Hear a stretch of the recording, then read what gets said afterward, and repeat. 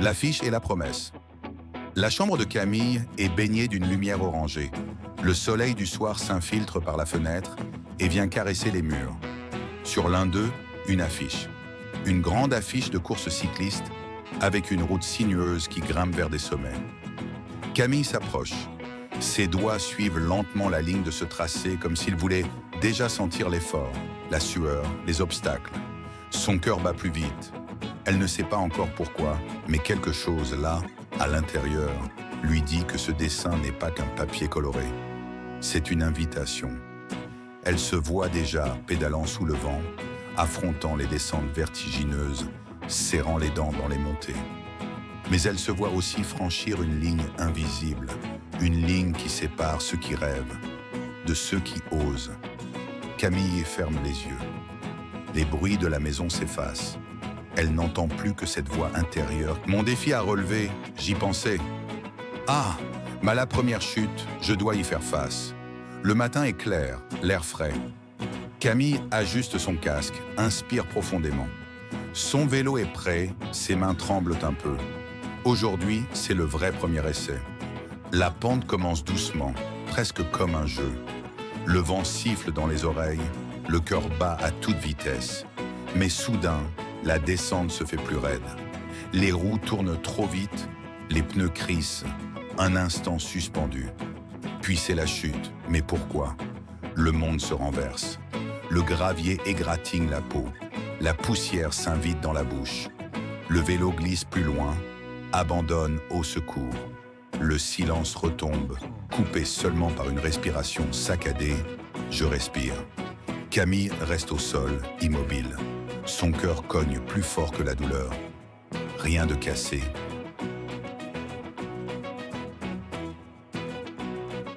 L'atelier du mentor, il me faut. L'atelier sans l'huile, le métal et le bois ancien. Le vélo de Camille repose sur un établi, sa roue tordue comme un genou blessé. Un homme aux mains marquées par le temps s'approche. Ses gestes sont précis, calmes. Il ne se moque pas, il ne juge pas. Il sourit simplement, avec un ton rassurant. Je suis passé par là. D'abord comprendre la panne, ensuite réparer. Camille observe. Les outils deviennent des instruments, presque une musique. Cliquetis, frottement, vis qui se serrent. Chaque geste lui apprend une chose nouvelle. Et dans ce silence rempli de savoir, une peur se dissout. Elle ose poser des questions, maladroites. Il répond avec patience, comme si chaque mot était une pierre posée sur un chemin sûr. Petit à petit, elle touche elle aussi le guidon, la chaîne, la roue. Ses doigts hésitent, puis s'affermissent. Elle comprend qu'apprendre à réparer, c'est aussi apprendre à se relever. Quand le vélo retrouve sa forme, droit sur ses deux roues, Camille sent qu'elle aussi s'est redressée. Le mentor lui tapote l'épaule. La route est longue, mais tu n'es plus seul pour la prendre. Un souffle nouveau gonfle sa poitrine. La chute d'hier devient la leçon d'aujourd'hui. Et dans ce petit atelier, entre huile et métal, naît une nouvelle promesse. Ne plus jamais. La force du groupe, c'est captivante. Le soleil filtre doucement entre les branches, dessinant des éclats dorés sur le sol. Sous ces arbres immenses, une ribambelle de vélos s'aligne comme une petite armée de rêveurs, prêts à conquérir la route. Les casques brillent, les chaînes crissent, les guidons s'illuminent sous la lumière. Camille reste en retrait. Ses doigts serrent le guidon, son cœur bat trop vite. Une pensée insistante revient. Et si je n'étais pas assez forte? Et si je ralentissais tout le monde? Alors une voix s'élève, claire et rassurante. Viens! On y va ensemble. Ces mots résonnent comme une clé qui ouvre une porte fermée. Elle inspire, pousse sur ses pédales. Le premier mouvement est hésitant, lourd, maladroit. Son vélo vacille, son souffle est court. Mais très vite, elle sent la cadence des autres. Un rythme partagé, invisible, mais puissant. Les roues se mettent à tourner en harmonie, comme si une seule énergie traversait tout le groupe. Les rires éclatent. Les voix s'entremêlent dans l'air clair du matin. Chaque souffle s'accorde au suivant, créant une mélodie étrange, une sorte de chant collectif que seule la route connaît. Alors quelque chose change. Les kilomètres ne disparaissent même pas. Non, ils se transforment en histoire racontée entre deux virages, en chansons fredonnées à mi-voix, en confidences murmurées dans le vent.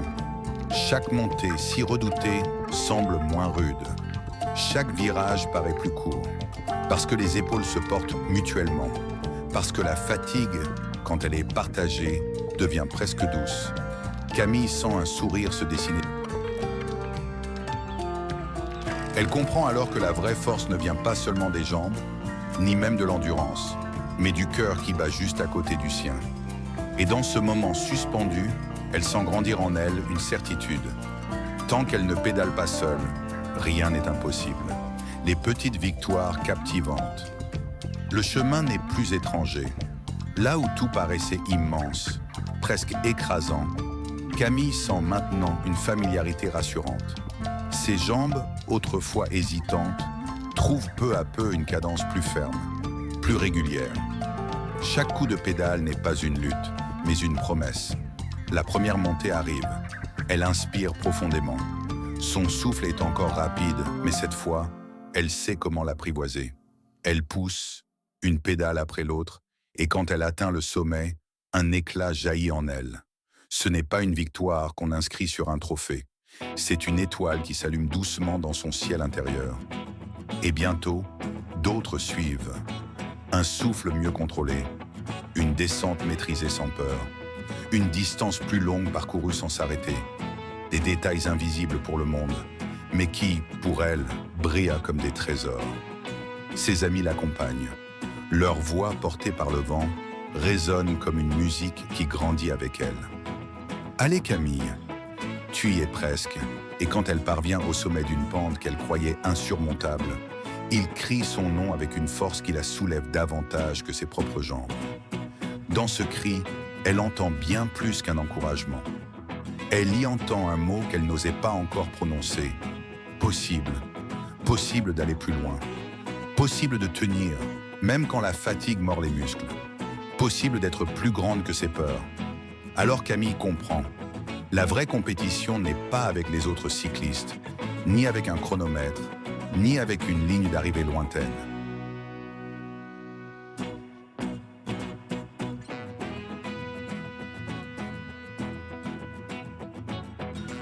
La côte du courage. Le ciel s'assombrit, comme si la montagne elle-même voulait tester la force de Camille. Devant elle, la route s'élève, interminable, serpentant entre les arbres, qui paraissent se pencher pour mieux observer son combat. Chaque respiration est un feu qui brûle dans sa poitrine. Chaque coup de pédale une bataille livrée contre ses propres limites. Ses jambes supplient, elles hurlent presque. Arrête, descends, personne ne t'en voudra. Son esprit perfide ajoute sa voix. Tu es trop fatigué, tu n'as pas ce qu'il faut. Pourquoi continuer? Camille baisse les yeux. Le goudron est rude, sombre, plein de cailloux qui accrochent ses pneus. Chaque mètre semble un défi, chaque mètre semble vouloir la repousser en arrière. Et pourtant, au milieu de ce chaos intérieur, une pensée s'élève, fragile mais claire, comme une étoile perçant la nuit la plus noire. Une pédale après l'autre, juste une. Elle s'accroche à ce mantra. Elle le répète comme une prière, comme une incantation contre le doute. Une pédale après l'autre. Ses mains tremblent sur le guidon. Son front se couvre de sueur qui perle et coule jusque dans ses yeux. La brûlure dans ses cuisses devient presque insupportable, mais elle refuse de lâcher. Son souffle court et haché résonne dans l'air lourd comme le battement d'un tambour de guerre. La route, impitoyable, ne faiblit pas. Chaque virage dévoile une nouvelle pente, plus raide encore que la précédente. Le sommet paraît se moquer d'elle, s'éloignant à mesure qu'elle s'en approche. Mais Camille l'avance. 1 mètre, puis un autre. Son corps vacille, mais son cœur se durcit. Et puis soudain, elle n'est plus seulement une jeune fille sur un vélo. Elle devient un symbole. Chaque goutte de sueur qui tombe sur l'asphalte devient une preuve de courage. Chaque respiration arrachée à la douleur devient une déclaration silencieuse. Je n'abandonnerai pas. Elle ferme un instant les yeux. Elle s'imagine les visages de ceux qui l'encouragent, leur voix portée par le vent. Elle entend les rires de ses amis, les applaudissements invisibles des arbres qui frémissent autour d'elle. Elle se souvient de toutes les fois où elle a cru qu'elle n'était pas assez forte et de toutes les fois où, malgré tout, elle a continué. Le sommet est encore loin, mais quelque chose change en elle. Elle ne pédale plus seulement pour vaincre la côte. Elle pédale pour se prouver que rien, absolument rien, ne peut lui voler sa volonté. Son corps veut s'effondrer, mais son esprit s'embrase. Et dans cette fusion de douleur et de détermination, elle découvre une vérité simple. La victoire ne réside pas au sommet. La victoire se trouve dans chaque coup de pédale donné alors que tout criait d'abandonner. Alors elle continue. Ses mains serrent plus fort le guidon. Ses yeux se fixent sur l'horizon invisible. Elle grimpe encore et encore, portée par ce feu intérieur qui refuse de s'éteindre. Et enfin, après une éternité de lutte, la pente s'adoucit. La lumière du ciel perce à travers les nuages, comme une promesse tenue. Le sommet se dessine devant elle. Quand la roue avant franchit la crête, un vent frais vient la gifler. Pas une gifle de douleur, mais une gifle d'éveil. Une caresse rude qui lui murmure « Tu as tenu ». Les larmes montent. Elles brouillent sa vue, mais ce ne sont pas des larmes de faiblesse. Ce sont les larmes d'une victoire intime, une victoire que personne ne pourra jamais lui enlever. Parce qu'au fond, ce qu'elle vient de vaincre, ce n'est pas la côte. C'est ce doute qui vit en chacun de nous. Ce doute qui murmure que nous ne sommes pas assez. Ce doute qui grandit dans les moments de fatigue, dans les silences de la nuit, dans les jours où tout semble trop lourd. Camille l'a regardé en face. Et elle lui a répondu par un simple mouvement, une pédale après l'autre. Elle comprend alors que cette victoire-là ne s'effacera jamais. Elle ne sera pas écrite dans un journal. Elle ne sera pas gravée sur une médaille. Mais elle est imprimée en elle, à jamais. Elle sait qu'un jour, elle affrontera d'autres côtes. Peut-être plus raides, peut-être plus longues, peut-être plus cruelles encore. Mais désormais, elle a une arme. Elle a ce souvenir, ce moment où elle a conquis la montagne et surtout, elle-même. Elle sourit à travers ses larmes.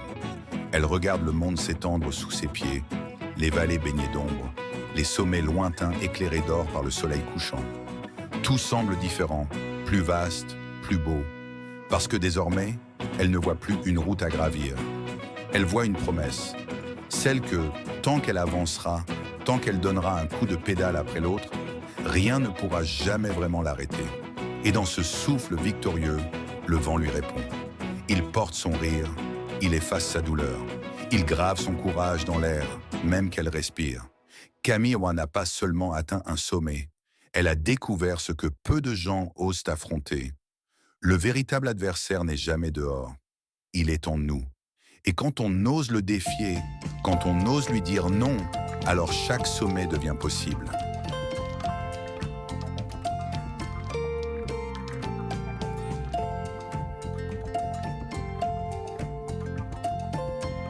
La veille de la course. La maison est silencieuse. Ce silence n'est pas celui d'une absence, mais celui d'une attente. On dirait que chaque meuble, chaque mur, chaque objet connaît l'importance du lendemain et s'est accordé pour offrir à Camille une bulle de paix. Dans la cuisine, une lumière jaune, douce et tiède, éclaire les gestes de la jeune fille.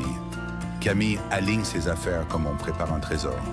Une gourde remplie jusqu'au bord, une barre d'énergie soigneusement emballée, son casque qu'elle essuie comme s'il s'agissait d'une couronne, ses gants posés à plat, les doigts écartés comme une main prête à soutenir, et, au centre de la table, son dossard, un simple carré de tissu marqué d'un chiffre.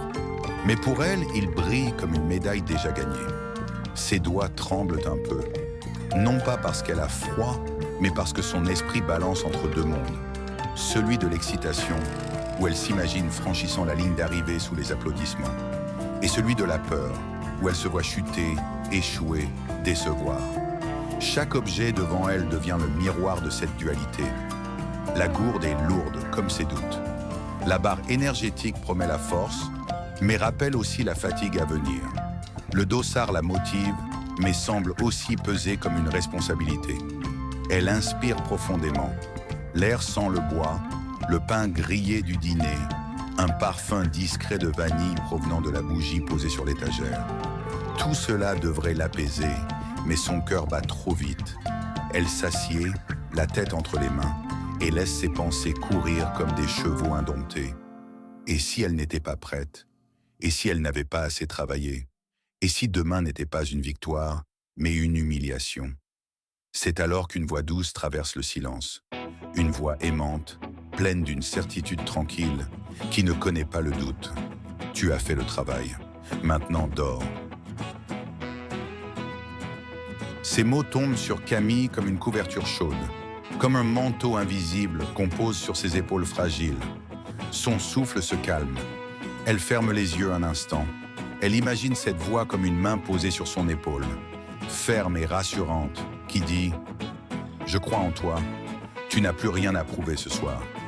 Elle relève la tête, regarde une dernière fois ses affaires alignées. Tout est prêt, elle aussi peut-être. Elle se rend dans sa chambre, le parquet grince sous ses pas comme pour lui souhaiter bonne chance. Elle s'allonge, tire la couverture jusqu'à son menton. La nuit semble veiller sur elle, telle une mère invisible qui garde les portes de ses rêves. Dans le noir, son esprit tente encore de lutter, mais cette fois, les images changent. Elle ne voit plus ses peurs, mais des étoiles. Elle se voit pédalant dans la lumière du matin, ses amis courant à ses côtés, son sourire brisant le mur de ses doutes. Peu à peu, ses paupières s'alourdissent, ses muscles se détendent. La veille de la course, ce n'est pas seulement une nuit de sommeil, c'est une nuit de confiance. Une nuit où l'on dépose ses armes pour mieux les reprendre demain. Une nuit où le cœur apprend que le courage, parfois, commence par savoir fermer les yeux. Et Camille s'endort ainsi, portée par le souffle invisible de ceux qui croient en elle. Le jour gît, le matin s'ouvre comme une promesse. L'air est vif, presque tranchant, et chaque respiration semble laver les restes de sommeil. Le ciel, encore teinté de rose, annonce que quelque chose de grand va se jouer aujourd'hui. Camille enfile sa tenue. Son cœur bat déjà comme s'il courait avant elle. Le lieu du départ est bouillonnant. Des vélos s'alignent, les casques scintillent, les voix des coureurs s'entremêlent. Il y a des rires nerveux, des regards sérieux, des étirements maladroits. Tout autour, la foule s'agite. Les drapeaux claquent, les enfants agitent dans leurs mains, les parents crient des encouragements. Camille sent ses jambes trembler. Mais cette fois, ce n'est pas de peur, c'est de puissance contenue. Le coup de départ claque comme un éclair. Tout explose d'un coup. Les roues qui bondissent, les chaînes qui grincent, les cris de la foule, et surtout ce tambour violent dans sa poitrine. Camille se lance. Elle ne réfléchit plus. Elle pédale. La route défile, les virages sont serrés, les descentes rapides. Chaque seconde brûle d'adrénaline. Autour d'elle, tout devient flou. Les voix s'effacent, les paysages se brouillent. Il ne reste plus que 3 sons. Le souffle dans ses poumons, le chant métallique de sa chaîne et le battement régulier de son courage. Le monde entier devient un tunnel de concentration. Dans ce tunnel, elle sent chaque détail. La rugosité de l'asphalte sous ses pneus, la morsure de l'air contre sa peau, la brûlure de ses muscles. Mais ce qui domine, ce n'est pas la douleur. C'est une clarté, une lumière intérieure qui l'éclaire de l'intérieur. Elle se surprend à penser « Je ne suis pas en train de fuir, pas en train de prouver quelque chose à quelqu'un, pas en train de courir après un podium. Non, elle est en train d'avancer vers elle-même, vers cette version d'elle qu'elle avait toujours cru trop loin, trop forte, trop grande. Aujourd'hui, elle la rejoint. Le dernier virage arrive. Le souffle est court, les jambes sont lourdes, mais le regard est fixe. Elle franchit la ligne. Et soudain, tout devient silence. Pas parce que la foule s'est tue, mais parce que Camille n'entend plus que son cœur. Elle regarde autour d'elle. Il n'y a ni place ni podium qui compte. Il n'y a que ce chiffre sur le chrono, son nouveau record.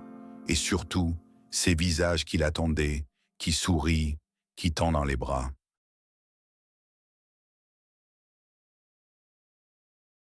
Alors les larmes montent. Pas de douleur, pas de fatigue, mais de vérité. La vérité que ce jour n'est pas une fin, mais un commencement. La victoire, ce n'est pas d'avoir battu les autres. c'est d'avoir découvert en elle cette force qu'elle croyait introuvable. Et au milieu des cris et des rires, Camille comprend. Aujourd'hui, elle a gagné bien plus qu'une course. Elle s'est trouvée la victoire partagée. Camille franchit l'arrivée. Elle ne cherche pas son nom sur un tableau. Elle ne compte pas sa place ni ses secondes. Elle regarde seulement autour d'elle, les sourires, les mains tendues, les rires qui explosent. Elle s'allonge sur l'herbe chaude. La gourde passe de main en main. L'air est rempli d'une joie simple, pure. Et dans ce moment suspendu, Camille comprend. La vraie victoire n'était pas dans un podium, mais dans la route parcourue, les chutes surmontées, les amitiés créées et ce courage qu'elle a trouvé au fond d'elle-même. Elle lève les yeux vers le ciel, le soleil brille et quelque chose en elle murmure. Ce n'était que le début.